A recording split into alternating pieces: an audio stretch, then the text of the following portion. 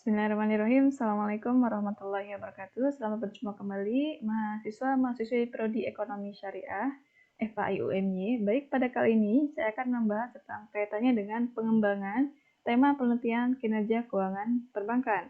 Membahas kaitannya dengan kinerja keuangan perbankan dalam kamus istilah akuntansi, yaitu kinerja adalah kuantifikasi dari keefektifan dalam pengoperasional bisnis selama periode tertentu. Jadi, jika membahas kinerja bank secara umum, maka kita membahas tentang gambaran prestasi yang dicapai oleh bank dalam kegiatan operasionalnya. Yang kita ketahui, kinerja keuangan bank merupakan gambaran kondisi keuangan bank pada suatu periode tertentu, baik mencakup aspek penghimpunan maupun penyaluran dananya. Kinerja keuangan bank menunjukkan sesuatu yang berhubungan dengan kekuatan serta kelemahan suatu perusahaan. Dalam hal ini yang dimaksud adalah bank.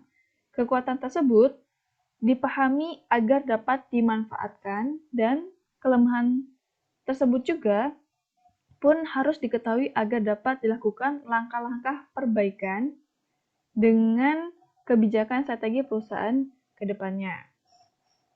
Selanjutnya, membahas tentang kinerja bank, maka kinerja bank dapat diukur dengan menganalisa dan juga mengevaluasi laporan keuangan. Adapun informasi posisi keuangan dan kinerja keuangan di masa lalu sering kali digunakan sebagai dasar untuk memprediksi posisi keuangan dan juga kinerja di masa yang akan datang, serta hal-hal yang langsung menarik perhatian pemakai. Karena dalam laporan keuangan terdapat informasi tentang kinerja keuangan perbankan. Dalam hal ini yang dibahas adalah tentang kinerja keuangan perbankan syariah. Baik, selanjutnya silakan diperhatikan kaitannya dengan kinerja keuangan perbankan karena terdapat isu-isu yang akan kita kaitkan dengan kinerja keuangan perbankan pada saat ini. Jika dikaitkan dengan isu-isu kontemporer, maka ada dua isu yang menarik untuk kita bahas tentang kinerja keuangan perbankan syariah khususnya. Dua isu tersebut yaitu berkaitan dengan kinerja keuangan perbankan syariah kaitannya dengan pengaruh pandemi COVID terhadap kinerja keuangan lembaga keuangan syariah, dalam hal ini khususnya perbankan syariah. Selanjutnya, isu yang kedua yaitu yang berkaitan tentang merger perbankan syariah BUMN. Nah, baik, akan kita bahas isu-isu tersebut secara detail satu persatu.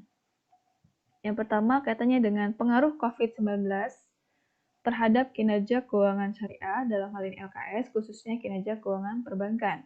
Berdasarkan latar belakang kaitannya dengan pengaruh pandemi COVID terhadap lembaga keuangan syariah berawal dari COVID-19 yang mulai menyebar di Indonesia sejak Maret 2020.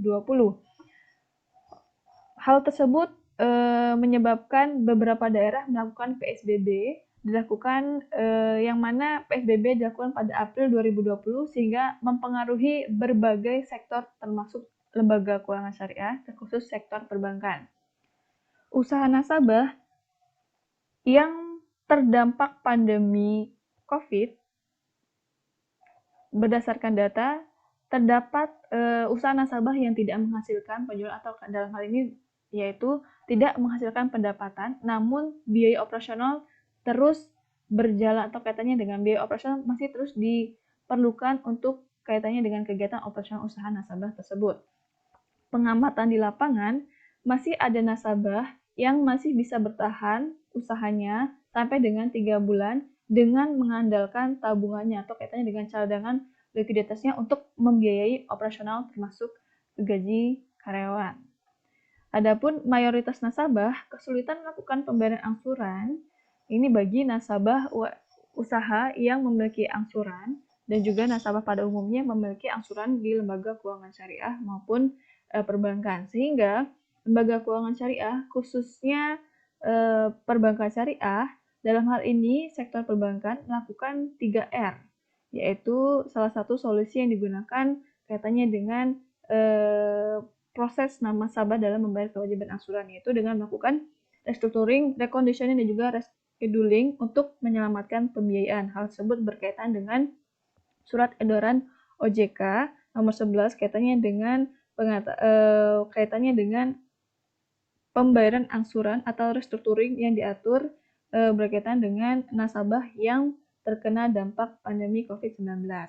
Berdasarkan kondisi di atas, tentunya dapat mempengaruhi kinerja non-performing financing dan juga laba lembaga keuangan syariah khususnya dalam ini perbankan. Sehingga dari latar belakang masalah tersebut dapat kita kembangkan dengan beberapa tema kajian atau hal-hal yang dibahas dalam isu-isu penelitian, yaitu diantaranya yang pertama adalah kaitannya dengan pengaruh pandemi terhadap non-performing financing lembaga keuangan syariah dalam hal ini perbankan. Selanjutnya, pengaruh pandemi terhadap laba ini berkaitan dengan kinerja rentabilitas kinerja keuangan perbankan. Selanjutnya, budaya kerja LKS perbankan di tengah pandemi. Yang kita ketahui bahwa budaya kerja selama masa pandemi yaitu terdapat budaya baru yaitu work from home atau WFH, yang mana sebagian besar karyawan lembaga keuangan yang terkena kaitannya dengan yang di daerah tertentu yang menjalani PSBB, maka hampir 50% karyawan bekerja di rumah. Ini kaitannya dengan seperti apa? Budaya kerja yang dilakukan dari rumah kaitannya dengan untuk optimalisasi usaha di lembaga keuangan syariah khususnya perbankan syariah. Selanjutnya, strategi pemasaran lembaga keuangan syariah khususnya perbankan di tengah pandemi dan juga new normal. Selanjutnya, tema yang menarik untuk dibahas juga yaitu kaitannya dengan strategi penyelamatan pembiayaan di tengah pandemi. Ini berkaitan dengan juga dengan kebijakan SEOJK nomor 11 tentang restrukturisasi. Nah, adapun sumber data yang dapat digunakan khusus untuk penelitian kuantitatif yaitu dapat menggunakan laporan keuangan per September 2020. Mengapa menggunakan laporan keuangan per September 2020? Hal ini dapat berkaitan dengan karena pada bulan Maret sampai dengan Juni 2020 banyak nasabah yang masih bisa bertahan dengan mengandalkan tabungannya atau cadangan likuiditasnya, sehingga hal tersebut tidak terlalu berpengaruh kaitannya dengan pembayaran angsuran kepada lembaga keuangan syariah khususnya perbankan. Nah, ini berkaitannya dengan rasio-rasio tertentu yang mempengaruhi kinerja keuangan. Dalam hal ini kaitannya dengan rasio-rasio tertentu yang berkaitan dengan kinerja keuangan perbankan yang dipengaruhi oleh kondisi pada saat ini. Baik, teman-teman mahasiswa dapat mengembangkan isu-isu tersebut. Sini sudah saya sampaikan detailnya kaitannya dengan poin-poin untuk membahas kaitannya dengan masalah-masalah yang sudah saya sampaikan tadi, kaitannya dengan isu-isu pengembangan penelitian tentang kinerja keuangan perbankan, kaitannya dengan strategi pemasaran di tengah pandemi dan juga new normal, pengaruh pandemi terhadap laba, budaya kerja di tengah pandemi, selanjutnya pengaruh pandemi terhadap NPF, dan juga strategi penyelamatan pembiayaan di tengah pandemi. Selanjutnya, isu yang menarik untuk dibahas yang kedua yaitu tentang isu merger perbankan syariah BUMN. Ya, hal ini juga menarik dikaitkan dengan kinerja keuangan perbankan, apalagi saat ini Indonesia juga mengalami kaitannya dengan atau terdampak dengan pandemi COVID, sehingga bagaimana pengaruh kinerja keuangan perbankan yang terkena dampak pandemi, lalu isu merger perbankan syariah. Ini berkaitan dengan kinerja keuangan dalam menentukan kebijakan merger tersebut. Jadi, beredarnya berita penggabungan bank syariah anak BUMN yang menjadi bank syariah BUMN. Jadi, yang dimaksud dengan bank syariah BUMN tersebut yaitu adalah BSM, BRI Syariah, dan juga BNI Syariah. Sedangkan kaitannya dengan unit usaha syariah BTN Syariah masih dalam pertimbangan. Nah, dari isu tersebut dapat kita kembangkan yaitu diantaranya katanya dengan prediksi kondisi laporan keuangan penggabungan perbankan syariah. Selanjutnya, prediksi rasio keuangan perbankan syariah katanya dengan perbankan syariah BUMN. Selanjutnya, prediksi kondisi modal atas penggabungan perbankan syariah BUMN. Selanjutnya, prediksi NPF atau non-performing financing katanya dengan penggabungan perbankan syariah BUMN. Tentunya rasio NPF menjadi salah satu hal yang perlu diperhatikan kaitannya dengan penilaian kinerja perbankan syariah, terutama di masa pandemi ini. Selanjutnya, strategi pengembangan bisnis pasca penggabungan perbankan syariah BUMN. Adapun data yang dapat digunakan untuk menganalisa kaitannya dengan isu-isu tersebut bagi yang kuantitatif, yaitu dapat digunakan melalui atau sejak laporan periode Juni 2020.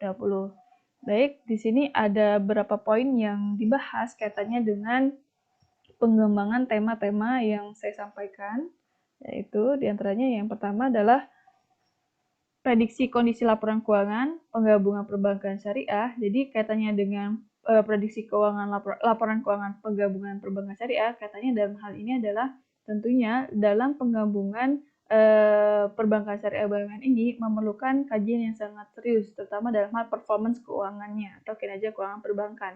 Sehingga sebelum kebijakan diambil, tentunya para akademisi perlu mengadakan kajian bagaimana kondisi laporan keuangan setelah penggabungan merger. Sehingga apakah dengan digabungkannya perbankan syariah BUMN tersebut akan memperkuat atau justru memperlemah kondisi laporan keuangannya atau kondisi kinerja keuangan dari ketiga bank tersebut yang digabungkan. Selanjutnya, prediksi keuangan dapat dilakukan dengan setidaknya menggabung laporan keuangan existing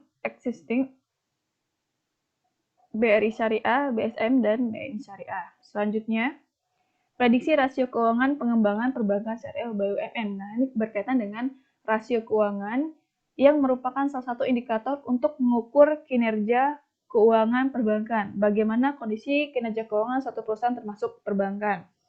Dengan digabungkannya seluruh bank syariah anak perusahaan BUMN tersebut, apakah akan memperbaiki rasio keuangan atau sebaliknya? Ini kaitannya dengan jika ketiga bank tersebut digabungkan, apakah akan memperbaiki kinerja dari ketiga bank tersebut? Ini kaitannya dengan tentunya ketiga bank tersebut memiliki kinerja keuangan yang berbeda-beda. Asalnya jika digabungkan, bagaimana prediksi rasio keuangan atau kinerja keuangannya. Selanjutnya, prediksi kondisi modal atas penggabungan perbankan syariah BUMN. Nah, jika digabungkan ketiga bank syariah BUMN tersebut, tentunya hal yang sangat menarik untuk dibahas kaitannya dengan permodalan. Jadi, modal merupakan salah satu unsur terpenting dalam perbankan. Jadi, menggabungkan bank syariah BUMN tidak akan terlepas dari isu permodalan. Maka, perlu diadakan tentang kondisi permodalan jika seluruh perbankan syariah BUMN digabung. Ini kaitannya dengan rasio permodalan, kaitannya dengan modal, apakah dapat membackup seluruh kegiatan bisnis dari usaha ketiga bank tersebut jika di-merge menjadi satu atau digabungkan menjadi satu. Selanjutnya, prediksi NPF penggabungan perbankan syariah. Ini kaitannya dengan NPF merupakan salah satu cermin penilaian indikator kualitas kinerja pembiayaan suatu bank. Selanjutnya, penggabungan perbankan syariah BUMN juga perlu memperhatikan bagaimana kondisi NPF pasca penggabungan dilakukan. Kita ketahui bahwa tiga bank memiliki kinerja NPF yang berbeda-beda. Nah, jika digabungkan, bagaimana ke depannya? Selanjutnya, jika setelah digabungkan kondisi NPF memburuk, maka perlu dilakukan langkah-langkah preventif aktif untuk mengatasi hal tersebut. Tingkatannya dengan kebijakan yang dilakukan. Baik, selanjutnya terdapat strategi pengembangan bisnis pasca penggabungan perbankan syariah. Tentunya ketika bank digabungkan atau bank tersebut melakukan merger, tentunya ada strategi bisnis yang dapat dilakukan kembali karena menggabungkan tiga budaya dan juga tiga bank yang memiliki strategi pengembangan bisnis yang berbeda-beda.